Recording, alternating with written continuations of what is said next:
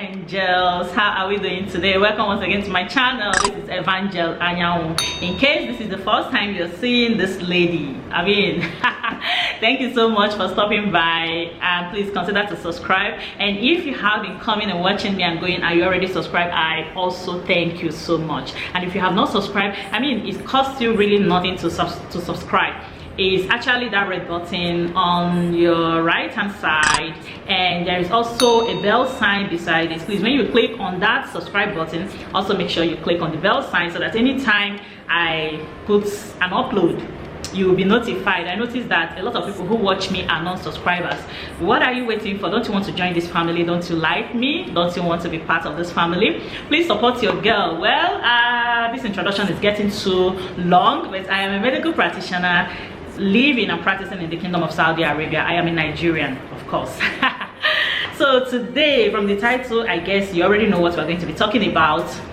Yes. Meanwhile, if you have not seen the video where I got myself glammed up by myself, please make sure you click on the link above. I'll make sure I drop it there.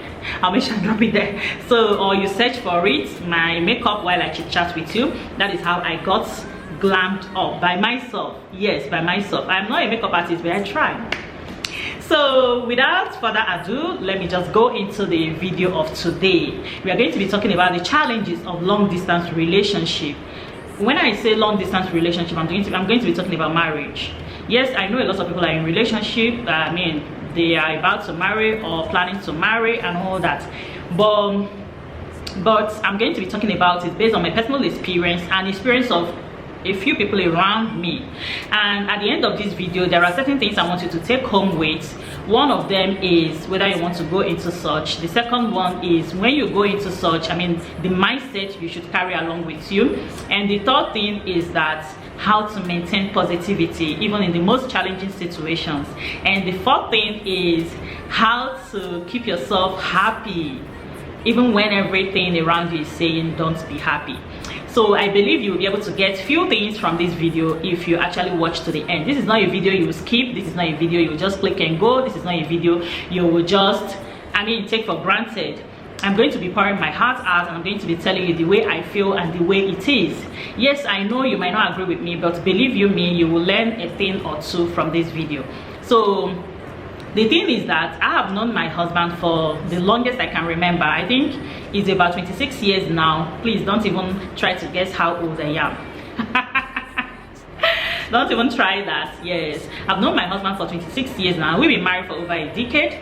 Yes, we've been married for over a decade. Part of our relationship is long distance. Even while we were just friends, from being just friends to dating to getting married, it's been long distance all the way. Yes, all the way, long distance. Before I got married to him, I don't think we've spent up to a full day. So while we were just friends, he was not in Nigeria, I was in Nigeria, I was in med school. So we talk on phone, we chat. Sometimes we go to cyber cafe to use the webcam. Remember those times? You sleep over in the cyber cafe just to have just to browse for free or browse at a cheaper rate. And then yes, you also go to the cyber cafe to use their webcam to do video calling and all that, and also to even do Yahoo Messenger, to go Yahoo Messenger and all that. Yes, we experienced all that. Don't even try to guess my age. Don't even try. So we're in long distance relationship. During this courtship, I had lots of doubts. Lots of doubts. And that is what long distance relationship will build inside of you. Doubts, lack of trust. Yes, your heart is burning for this person, you love this person so much, but you're somewhere, somehow your heart is telling you that what if it turns out to be what you did not presume? What if it turns out to be something you cannot handle? What are you going to do? How are you going to manage it?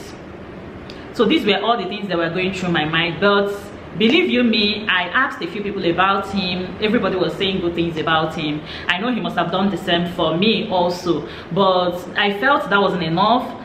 In fact, I will not lie to you. Several times when we are talking, I will ask him some silly questions to know if he will get angry and react negatively, and then I will hold something to say, oh, this is who he is.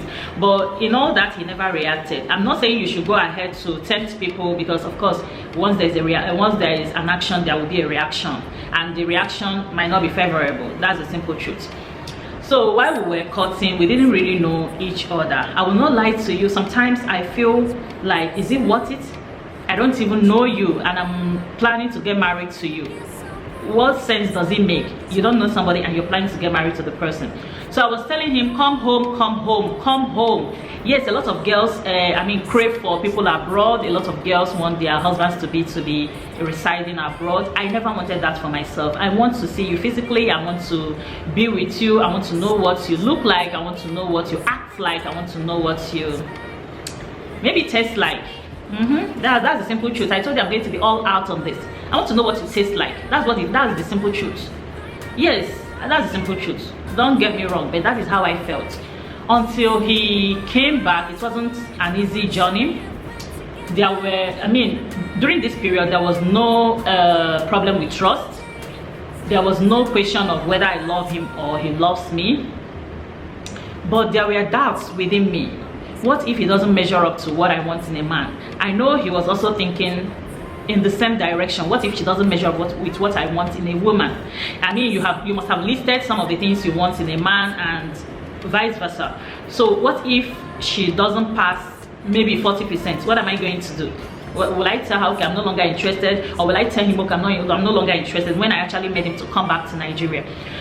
It got me really thinking. Sometimes I'll get depressed, and you see, for somebody who is graduating or somebody who is in the college or in the university, and you think you're up to the age of marriage, and somebody has promised you marriage somewhere, and you're wearing one ring and feeling like Lord of the Rings, and suitors are coming and you're believing that, oh, my fiance is abroad or my fiance is somewhere, I'm waiting for him, is usually a very dicey situation. It's usually a very troublesome situation, because sometimes you don't even know if you're doing the right thing or not. You don't even know if the person will maybe at the end of the day disappoint you, and those suitors are just coming in numbers. For me, I'm talking about for me, because I had so many of them who were ready and willing to just grab me and make me their wife.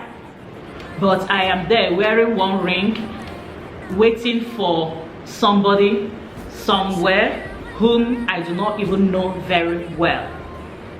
Like I said, I do not really know his character.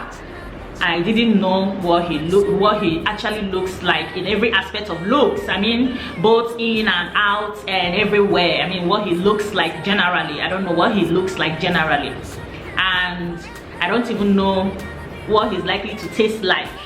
Yes, get it right. Yes. When I mean taste, I mean everything taste. You can decide to understand it in your own language or in your own way. So I was there waiting for him while suitors were coming. In fact, I now said, if you don't come back by so time, believe you me, I'm going to get married to one of these people waiting on queue. Because age is no longer on my side. I've finished med school. I haven't finished med school that time, but I was almost done. And I can't be waiting for you when I'm not even sure when you're coming back. And luckily for me, he came back, yes.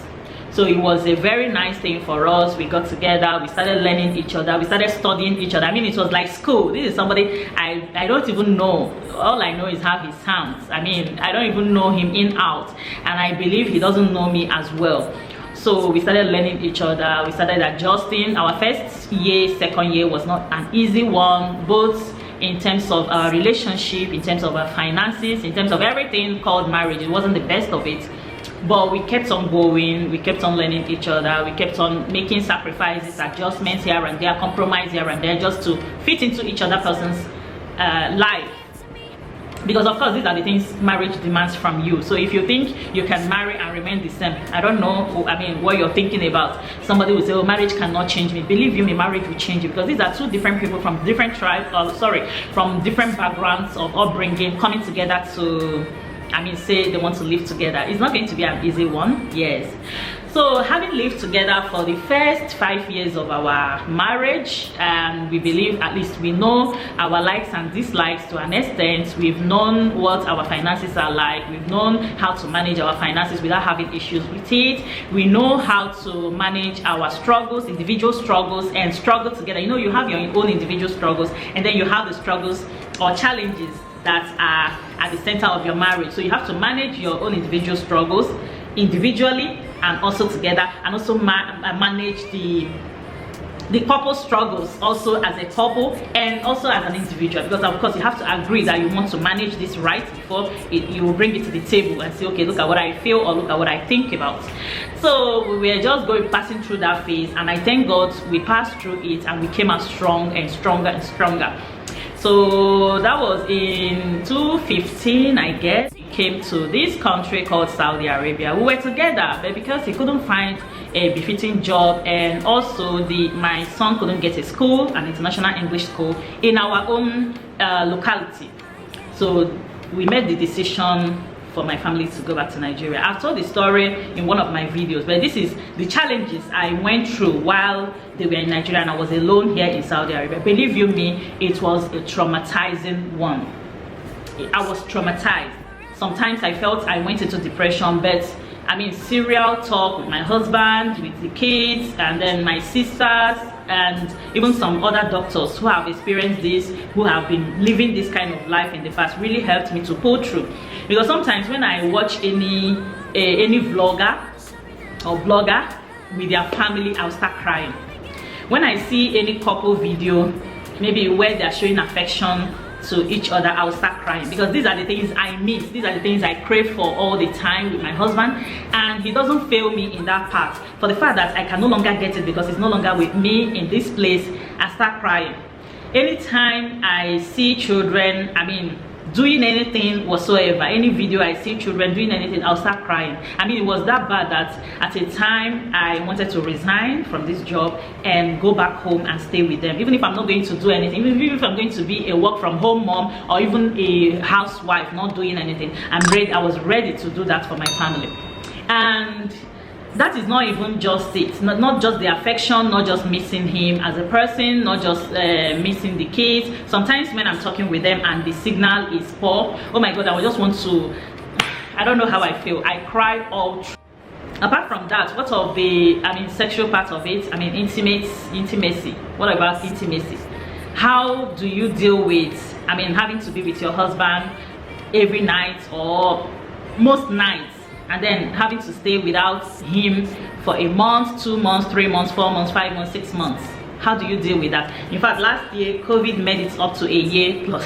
COVID made it up to a year plus. It's crazy. I mean, sometimes I feel I'm going to run mad. Sometimes I feel, I mean, is this life? Is this really what life is? I mean, is this really how I'm supposed to be living my life? That is what I usually ask myself. But thank God, the kind of man I married, he will always call to reassure me. He will always call to tell me it's going to be fine. I mean, it's just for a while. You understand? I also encourage him because it's not easy. Sometimes I just tell myself, if I feel this way, how much more him. Why I'm saying all this is because sometimes you feel like, being with your man, and you just wake up, he's not by your side. I know he feels the same way too, but to me it's crazy. How do you deal with such? But the only thing is that most times when I feel like and it doesn't come true, I'll just start writing articles. I'll pick up my camera and start looking for a video to make. And sometimes I just call them to know how they are doing, and then I try to, call most of the time to hear his affectionate words and his very loving words, and it brings me back to my normal self. This is the simple truth. It's a very big challenge.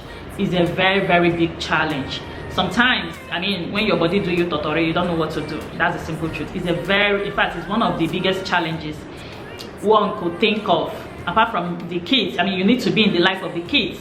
They are growing up. They need your physical presence, not just calling them over the video calls. They need your physical presence. And sometimes I feel I am just undermining the upgrowing or the growth of my kids, or the upbringing of my kids, with what I call career woman sense or whatsoever. Sometimes I don't even want to be a career woman. I just want to be a mother to my kids and a wife to my husband without doing any other thing. This is how I feel sometimes, and when it's not coming true, you see me being so troubled. And then another thing, for trust, before you say you trust somebody, the person must have given you every reason to trust them. So for me, I never had any trust issues because I've lived with this man. I don't have any reason not to trust him. I don't have any reason to doubt him and all that, and I know same goes for him. And for building your love and all that, for building your love. Of course, you find ways to build on what you have already built. You just devise some means to build on what you have already built, and whenever we see each other, it's like we are reigniting our love afresh. We are just starting all over again. It's just like boyfriend girlfriend kind of thing. It's just like him wooing me for the second or third or fifth or fourth or sixth or seventh time.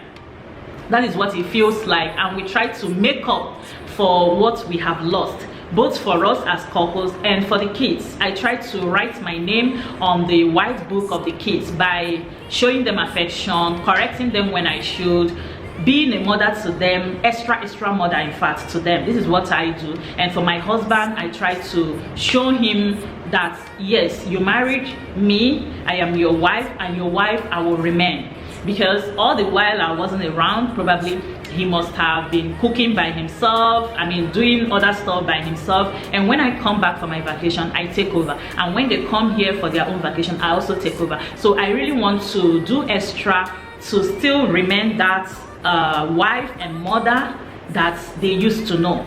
Yes, without compromising anything in their growth or in their upbringing. So it's not an easy one, but we have been keeping it going, we have been pushing through, and it's been working for us. Now my advice, if you people are still new in your relationship, I don't think long distance relationship is a good thing for you. If you're new, if you have not learned each other enough to trust and to love, irrespective of whatever that might come out of it, I don't think long distance relationship is a good one for you. And if you've got kids, it's not really easy. It will be a whole lot of sacrifice on their own side. It depends on how you handle it or how you go about it. But I feel if you've got kids and your man is not homely or is not domesticated, I don't think you living as a mother is so good. For a man to be somewhere else and the woman is with the kids, I think it's the best you can think of if you've got kids and your husband is not so domesticated. Not just being domesticated in the sense of cooking and washing plates and cleaning the house and all that. No. If he is not careful, if he's not thorough with whatever he wants to do, I don't think it's the best thing for you to do. And if you think there is trust issue in your relationship, long distance will widen that gap. If there's a gap, there is trust issue, there's resentment, there is, the love is not really as it should. Long distance will widen that gap. There will be more distrust, there will be more challenges when it comes to your love life and everything about. If you've got some health challenges, whether you or your husband or any of the kids, it is not the best thing for you to do. Long distance should not be on your book, it should not be in your memory, it should not be in your mind, because you need each other, or you need one another to pull through with that health challenge. And if also you don't know how to manage your anger, you don't know how to manage your life, you don't know how to be happy with yourself, you depend on others for happiness, long distance relationship also should not be for you. One, I tell people happiness is your thing, happiness is your decision, happiness comes from within. You should first be happy before you think of extending it to the next person. So if you don't know how to do this, long distance relationship is not going to be a thing for you, because you will have so many issues. You're going to have lots of issues with trust, with love, with your finances, with your kids, with everything around you. And please stay positive. As much as possible, stay positive. Like what I do is, once my mind is off the roof, you know what I mean, once my mind is off the roof and I'm thinking of how I'm going to get affection maybe in a particular moment, I just try to pick a book and start reading, or I take my medical book and start reading, or I take articles, I check for articles, or I go to Facebook and check what is happening there, or I go to Instagram. By the time I go to the social media platforms where I belong and I reply emails and all that, I'll be fine. And if there is maybe a misunderstanding between you and your partner and you guys are not together, you're doing the long distance relationship thing, please do not allow it to go for so long, because it's going to strain your love for each other. It's going to pull a strain on your strength that you have been using to preserve that love because you're not together. So if there is a misunderstanding or there is an argument between the both of you, please sort it out as soon as possible. Do not do not sleep over that. Do not sleep on it. Put it to stop before you go to bed. That is a very good thing that we do. Not that we don't have misunderstanding. Of course, we are couples, we are individuals on our own with different personalities, with different mindsets, with different level of understanding, with different intellectual properties and all that. So definitely there is bound to be misunderstanding. But if that misunderstanding lingers, if that misunderstanding lingers, it's going to put a strain on your love, on your strength together. It's going to put a strain on your trust, on everything. So try as much as possible to put it to stop and forge ahead with your life. If you're at fault, say sorry. If he's at fault, let him say sorry. Basic understanding of each other matters a lot. My husband knows what he will do that will get me upset. I know what I will do that will get him upset. So we try to avoid that and adjust your life. You're no longer living for yourself. You're living for yourself, for someone else you've called your partner, and for your kids if kids are involved, and even for friends and families. Yes, you're living for all these people, but what I tell people is that while you're living for everybody, please focus on yourself, because you need that sanity for you to be able to manage all those other people you're also living for. God created it for a purpose, and that purpose does not dwell within you. That purpose is on the outside of you. You have to fulfill it, but you have to fulfill the purpose of oneself. The purpose of oneself, being happy, being accomplished in whatever you want to do. But you cannot do this on your own. You cannot do it alone. You need people around you to do it. You need people around you to accomplish your goals, your aim, your objectives, or whatever you may think of.